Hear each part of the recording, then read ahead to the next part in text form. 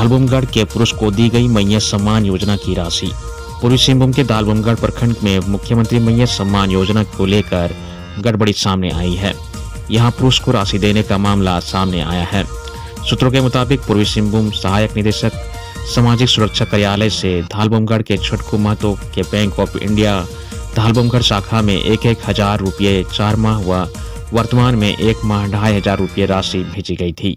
मामला पकड़ में आने के बाद लाभुक के बैंक खाता से मैया सम्मान योजना की अब तक 5 माह में 6,500 रुपये की वसूली बैंक ड्राफ्ट के माध्यम से की गई। झामुमो के स्थापना दिवस समारोह में मुख्यमंत्री ने दिखाए कड़े तेवर। मुख्यमंत्री ने धनबाद के गोल्फ मैदान में आयोजित झामुमो के 53वें स्थापना दिवस समारोह को संबोधित करते हुए कहा कि केंद्र से कोयले की रॉयल्टी की बकाया की राशि की वसूली के लिए कानूनी लड़ाई लड़ेंगे। अपने हक के लिए जरूरत पड़ी तो खदानों को भी बंद कराएंगे। अगर हम कोयला रोक दें तो पूरा देश अंधकार में डूब जाएगा। नगरपालिका सेवा संवर्ग परीक्षा का रिजल्ट जारी। जेएसएससी ने नगरपालिका सेवा संवर्ग प्रतियोगिता परीक्षा 2023 के द्वितीय चरण का परीक्षा फल जारी किया है। गार्ड निरीक्षक, sanitary food and inspector, sanitary supervisor, राजस्व निरीक्षक व विधि सहायक के पदों पर मेधा क्रमानुसार चयनित 19 अभ्यर्थियों को सफल घोषित किया है। एन हस्ता को बनाया जा सकता है जैक अध्यक्ष। जैक के अध्यक्ष व उपाध्यक्ष की नियुक्ति बुधवार को होने की संभावना है। इस संबंध में प्रक्रिया अंतिम चरण में है। बुधवार को दोपहर तक अधिसूचना जारी हो जाएगी। जैक अध्यक्ष के लिए विभाग की ओर से भेजे गए प्रस्ताव में state board of technical education के पूर्व परीक्षा नियंत्रक नटवर हंसदा व उपाध्यक्ष के लिए भरत बढ़ाई का नाम शामिल है। उल्लेखनीय है कि जैक अध्यक्ष व उपाध्यक्ष पद 18 जनवरी 2025 से रिक्त है। महाकुंभ से लौट रही जमशेदपुर की कांति देवी 520 किलोमीटर पैदल चलकर पहुंची घर। प्रयागराज में महाकुंभ स्नान के बाद ट्रेन से जमशेदपुर लौट रही छायानगर निवासी कांति देवी मुगलसराय रेलवे स्टेशन से लापता हो गई थी। परिजनों ने पुरी से लेकर प्रयागराज तक के स्टेशनों पर उन्हें खोजने की कोशिश की, लेकिन वह नहीं मिली। इस बीच 10 दिनों बाद मंगलवार को वह अपने घर सकुशल लौट आई। इसके लिए कांति देवी ने बिना कुछ खाए पिए अपने हिम्मत के बल पर करीब 520 किलोमीटर का सफर पैदल ही तय किया। बता दें कि कांति देवी को ठीक से सुनाए और दिखाई भी नहीं देता है। पाकुड़ में मिला 12 से 14 करोड़ वर्ष पुराना पादप जीवाश्म। पाकुड़ के आमड़ापाड़ा के राष्ट्रीय महत्व के पादप जीवाश्म का पता चला है। यह करीब 12 से 14 करोड़ वर्ष पुराना है। इसे राष्ट्रीय धरोहर मानते हुए इस जगह को संरक्षित करने का प्रयास जिला वन कार्यालय की ओर से किया जा रहा है। जीवाश्म वाले स्थान पर जिला प्रशासन की मदद से वन विभाग जियोलॉजिकल हेरिटेज साइट बनाने की योजना बना रहा है, ताकि जीवाश्म को सुरक्षित रखते हुए उसकी अन्य जानकारी इकट्ठा की जा सकती है। टाटा मोटर्स में निकली फुल टाइम अप्रेंटिस की बहाली। टाटा मोटर्स के जमशेदपुर प्लांट में फुल टाइम अप्रेंटिस की बहाली निकली है। आवेदन करने की अंतिम तिथि 25 फरवरी 2025 है। चयनित अभ्यर्थियों को 2 साल की ट्रेनिंग की जाएगी व हर माह स्टाइपेंड के तौर पर 8,276 रुपये मिलेंगे। जमशेदपुर के तैराक राणा प्रताप ने राष्ट्रीय खेल में जीता दूसरा पदक। जमशेदपुर के युवा तैराक राणा प्रताप ने एक बार फिर शानदार प्रदर्शन कर झारखंड को गौरवान्वित किया है। 38वें उत्तराखंड राष्ट्रीय खेल में राणा प्रताप ने तैराकी के 100 मीटर ब्रेस्ट स्ट्रोक में कांस्य पदक हासिल किया है। 38वें राष्ट्रीय खेल में यह उसका दूसरा पदक है। इससे पहले उसने 200 मीटर ब्रेस्ट स्ट्रोक में कांस्य पदक हासिल किया था।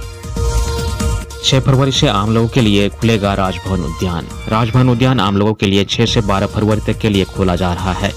कोई भी व्यक्ति राजभवन के गेट नंबर 2 से उद्यान में सुबह 10 बजे से अपराह्न 3 बजे तक के लिए खुला रहेगा। राजभवन लगभग 12 एकड़ भूमि पर फैला हुआ है। इसका निर्माण 1930 ईस्वी में हुआ था। आम लोगों के लिए सबसे पहले उद्यान वर्ष 2004 में खोला गया था।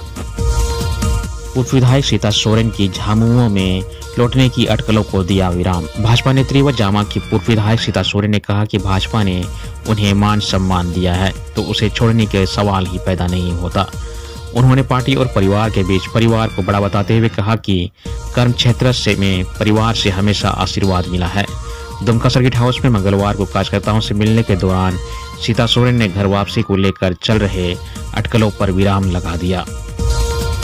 रेलवे का फार्मासिस्ट 3,000 रुपये घूस लेते हुए गिरफ्तार। सीबीआई रांची ने 3,000 रुपये घूस लेते हुए रेलवे के फार्मासिस्ट रोहित राठौर को गिरफ्तार किया है। वह टोरी में पदस्थापित था और फिटनेस सर्टिफिकेट के लिए दूसरे रेल कर्मचारी से घूस ले रहा था। फार्मासिस्ट को गिरफ्तार करने के बाद सीबीआई अधिकारियों के एक दल ने उसके पतरातू स्थित आवास की तलाशी ली। रेलवे के चतुर्थ वर्गीय कर्मचारी ने सीबीआई को लिखित शिकायत की थी कि बताया था कि रोहित राठौर उसका फिटनेस सर्टिफिकेट बनाने के लिए 3000 रुपये मांग रहा है। प्लॉट लेकर उद्योग नहीं लगाने वालों पर की जाएगी कार्रवाई।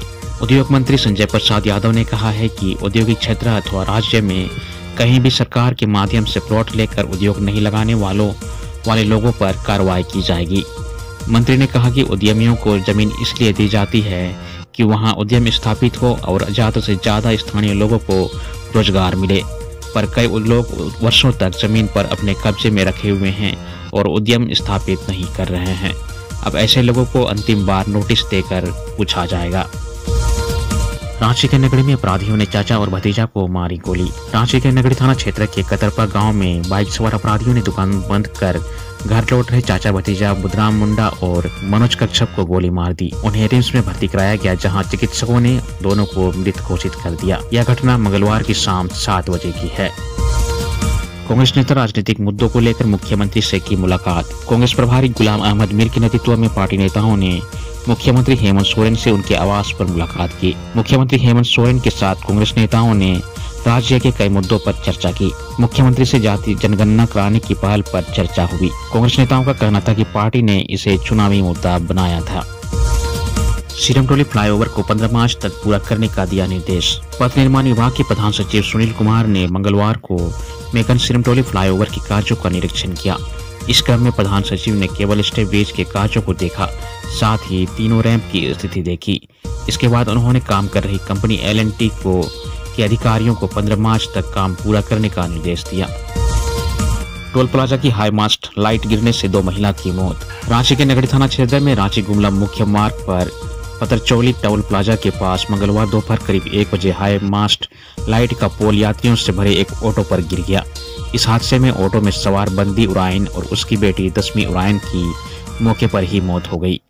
दोनों इटकी थाना क्षेत्र के कुल्ली गांव की रहने वाली थी। वहीं हादसे में चेपा लकड़ा, बसंती उरायन, मंगरा उरांव, भारतीय क्रिकेटर सहित ऑटो चालक को गंभीर चोट आई है। चतरा में सोलर स्ट्रीट लाइट लगाने में गड़बड़ी का आरोप। राजभवन ने चतरा के उपायुक्त के खिलाफ मिली शिकायत को गंभीरता से लिया है। साथ ही इस मामले में मुख्य सचिव को उचित कार्रवाई करने को निर्देश दिया है। सांसद कालीचरण सिंह ने राज्यपाल को पत्र लिखकर अस्वीकृत दर के मुकाबले 4 गुना अधिक दर पर सोलर स्ट्रीट लाइट लगाने का आरोप लगाया है। नियुक्ति में स्थानीय अभ्यर्थियों को प्राथमिकता देने की मांग। झारखंड के सभी विश्वविद्यालय में नीट बेस्ड असिस्टेंट प्रोफेसर की नियुक्ति में स्थानीय अभ्यर्थियों को प्राथमिकता देने की मांग झामुमो नेता डॉक्टर मुजफ्फर हुसैन ने की है। डॉक्टर हुसैन ने रांची विश्वविद्यालय के कुलपति से नियुक्ति प्रक्रिया तत्काल रोकने का आग्रह किया है। उन्होंने कहा कि विश्वविद्यालय में कई विषयों में सामान्य श्रेणी के पदों पर उत्तर प्रदेश, मध्य प्रदेश, तेलंगाना, त्रिपुरा, गुजरात, असम, पश्चिम बंगाल एवं दिल्ली के अभ्यर्थियों की संख्या 95 पद